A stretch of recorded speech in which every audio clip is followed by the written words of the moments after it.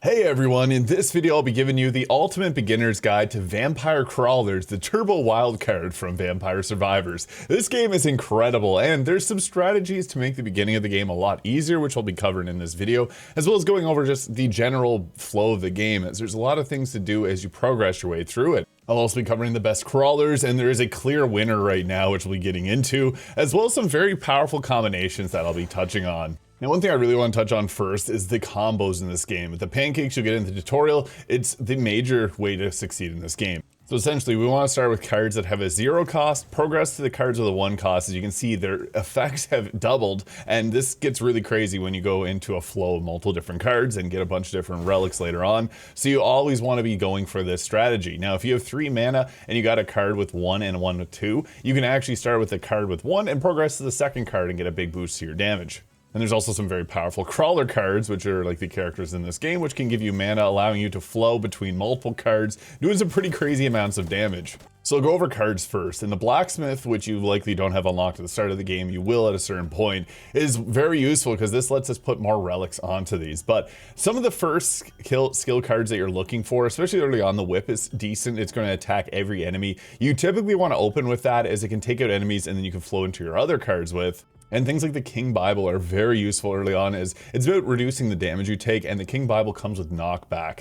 The knife is okay, being able to crit can take out a lot of enemies quickly, but depending on the character you're playing, some do prefer to go with like the magic wand over the knife, but we'll cover that when we go over to different characters or crawlers in this game.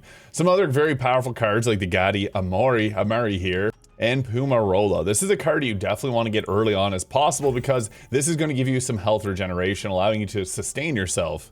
So with these 0 cost cards, some characters will benefit a lot from the whip, being able to damage multiple enemies and do a flat out 8 damage to them. The knife will hit multiple targets as well, but it'll do a total of 40 damage with the potential to crit. Magic wands are really good on a certain character, and they'll always go after a certain target. This is really good if you increase the amount of projectiles that you can create, because this will outscale the others in damage. Some other early on cards are armored. This one is a little tricky, but it's obviously meant to set up and combo into some of the higher level cards. And as mentioned, the King Bible is one of the better cards in the early game because it's got a 1 cost here. It can get doubled up to 80 damage and has a chance to knock back, which is extremely useful. Sometimes you can find different cards here, like this one increases the mana cost, which can be nice if you want a combo. And you'll also find things like the Hollow Hearts here, which can give you additional health. This is good if you don't want to flow through your deck as much, as you can also go and skip or banish cards as well. Certain characters are going to want to do that differently. But early on, typically you're going to want to take the Hollow Hearts just to give yourself some more survivability and go for things like the King Bible. Typically when you're looking to pick cards, you want to find what you need for your deck.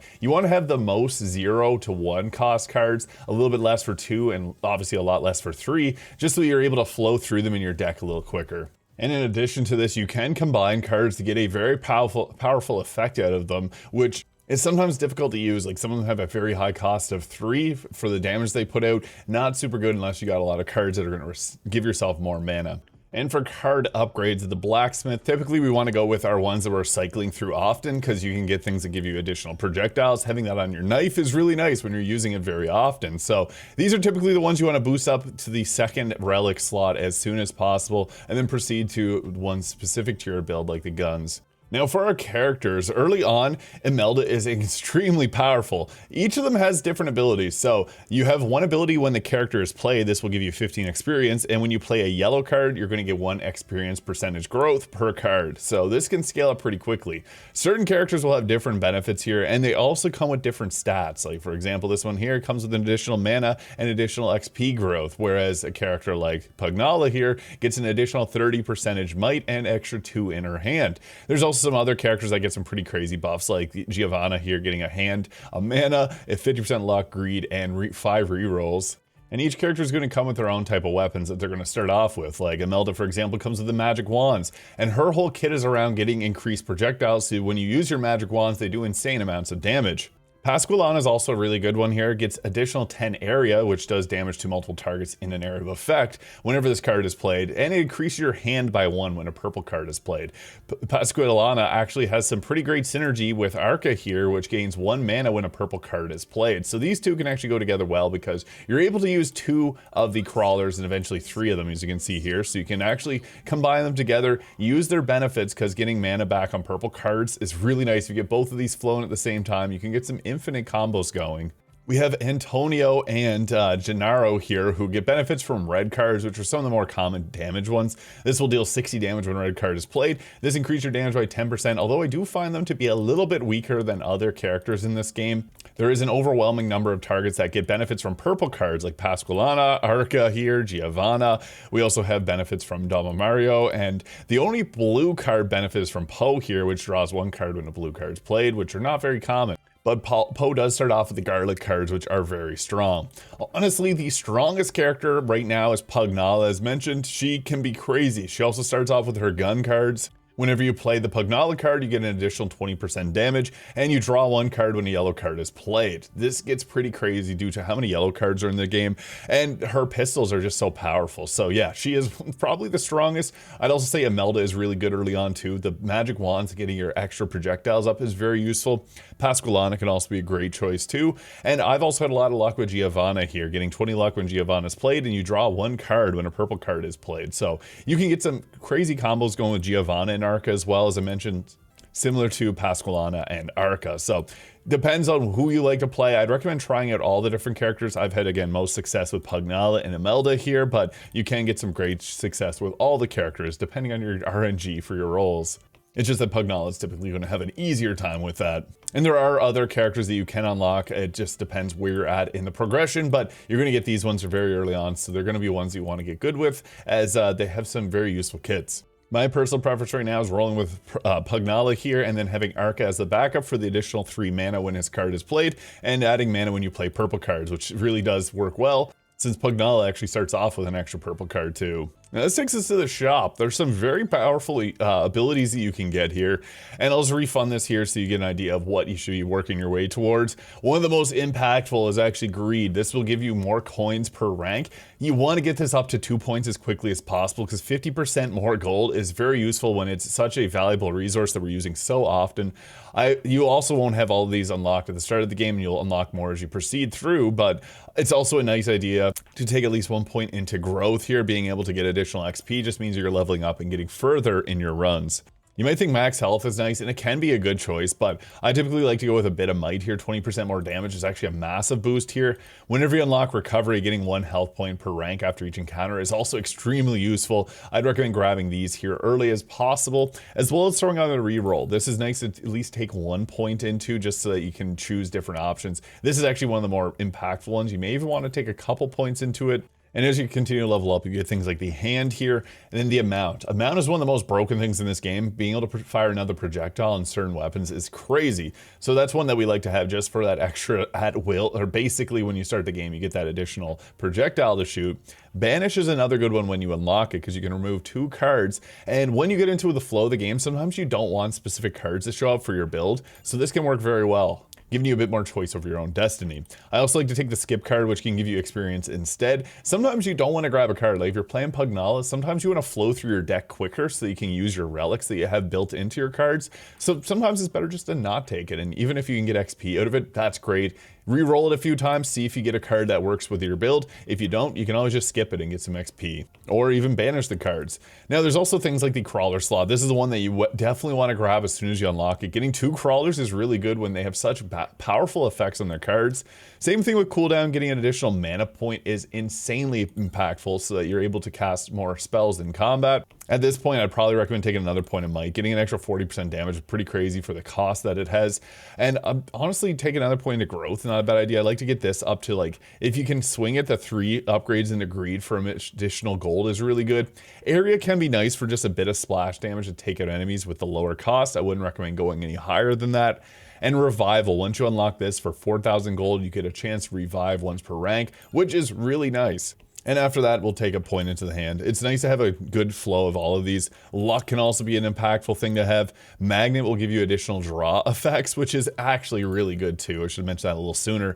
You want to be drawing as many cards, because the more options you have with a lot of these roguelike deck builders, the better. Sometimes you just have something that fits into your build a little bit better. So this is one we want to grab. And we'll put a couple points into the max health just so we're a little bit more survivable. There's also the curse here. This is something you can, when you get better at the game, increasing the enemy's strength, but you'll get additional XP. It is challenging, but it's worth it if you are good with the game and the mechanics once you get a grasp on it. Also, duration is pretty impactful. This allows your crawler cards to last longer. Eventually, you'll get a lot of relics that can make it so they basically last the entire combat, so you don't have to worry too much. You can take a couple points into that. And now for the actual game itself, you're going to get a bunch of different unlocks that are going to show you things like the lamps. You always want to be busting these down. Whenever you see a lamp like that, always run into it here. And anytime you see really anything, those are priority, just so that you can get maybe an item or a different thing that's going to help out with your build. Now I'm playing as Pugnala right now, which if I play her card, I would get additional 20% damage. This is a crawler card, so we'll stay and give us extra benefits here. And this can be really impactful because you'll draw 2 cards when the other card is played. So I would like to go with a flow of going into her into the Spellbinder, but you can also use this to get the 40% damage. We always want to pancake it 0, 1, 2, 3. So Pugnala, and then flowing into the 8, the Sparrow. This is going to take out all those enemies there. As you can see, it does 672 damage right at the start. It is pretty insane how overpowered she is. That took them all out. If I had any extra damage, I would have been able to put on the pistols there. And with her current build, she has high cost cards at the start, so I'm going to look for the lower cost ones. But if you're playing as someone like Impala or the mage girl there, you may want to take some of the higher cost cards because she's got a lot of low cost ones. You always want to fill it out so your deck is like obviously low cost heavy, but you just want to be able to flow through it and get the combos a little easier. So this knife is not amazing, but we're going to take it here as this does give us a bit of extra damage. Now here I didn't get anything super lovely, so I can re-roll it here to get something new. Got a Might card, that's pretty nice. Pumarola is also very effective, getting that 1 heal, super useful to have. I'm gonna go with a Might here because she's really good with boosting up her damage, and I'm gonna put it on the knife here because they're gonna start off with this. Being able to boost up your damage and then play another card that's gonna be boosted is really effective. So we can go ahead there, and unfortunately don't have any more mana.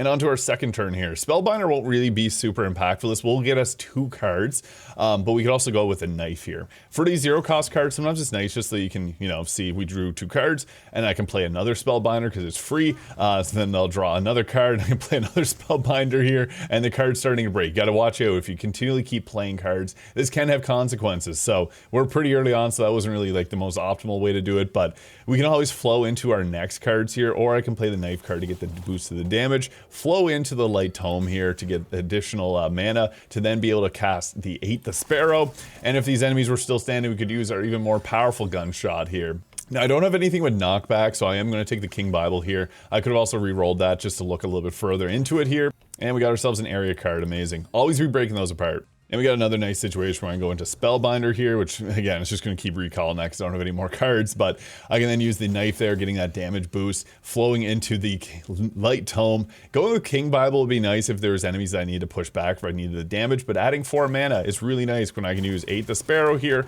and then I have 4 mana to then blast away with the final weapon there. So that's kind of the flow to Pugnala. You want to get your mana regeneration up. We got our Pumarola here now, which is great. So now we got health regeneration, mana regeneration, and it's just the start of the fight. So yeah, honestly, throwing on Pumarola is really good because we got pretty much everything we need now. So we can flow into the knife here.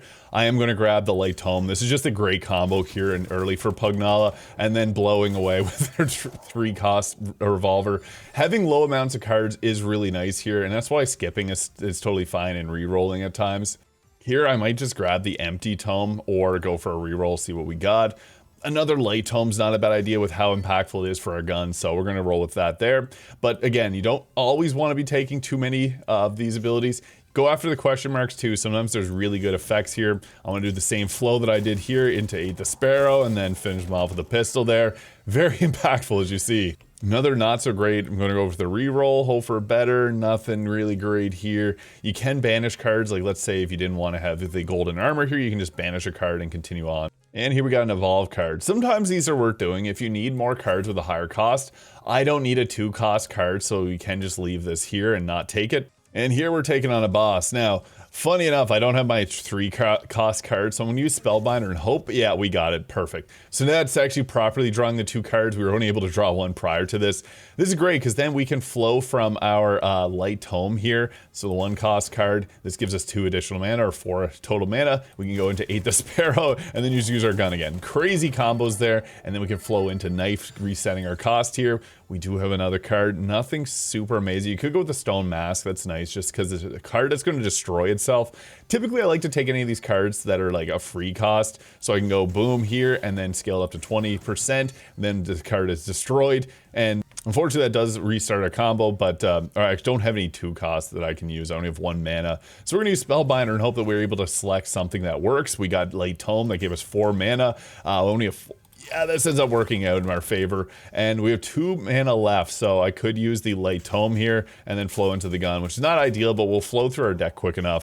And again, another great combo here. If I want more damage, I could go with this, but I'm going to draw cards because, yeah, I want to get that one in my hands. Go with the Light Tome again, 8 the Sparrow, and finish off with a pistol.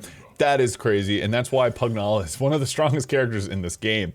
Even crazy when you can reduce the mana cost. If you get another card, I wouldn't recommend using on your pistol, but if you get another 3 cost card, you can actually bring it down to 2, and that can be crazy. Or you can even use a Light Tome and give the 2 mana at a 0 mana cost. So some pretty crazy combinations, even like a King Bible with only a 0 cost. Pretty good way to open up with a weak pushback type attack.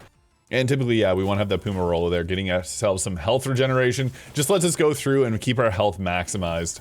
So that is a beginner's guide to Vampire Crawlers. Let me know if you'd like to see more content regarding this game. I'm having a lot of fun with it, honestly. It's a really great game, and lots of great deck builders have been releasing this year. So hit the subscribe button below if you enjoyed this video, and we'll catch y'all in the next one.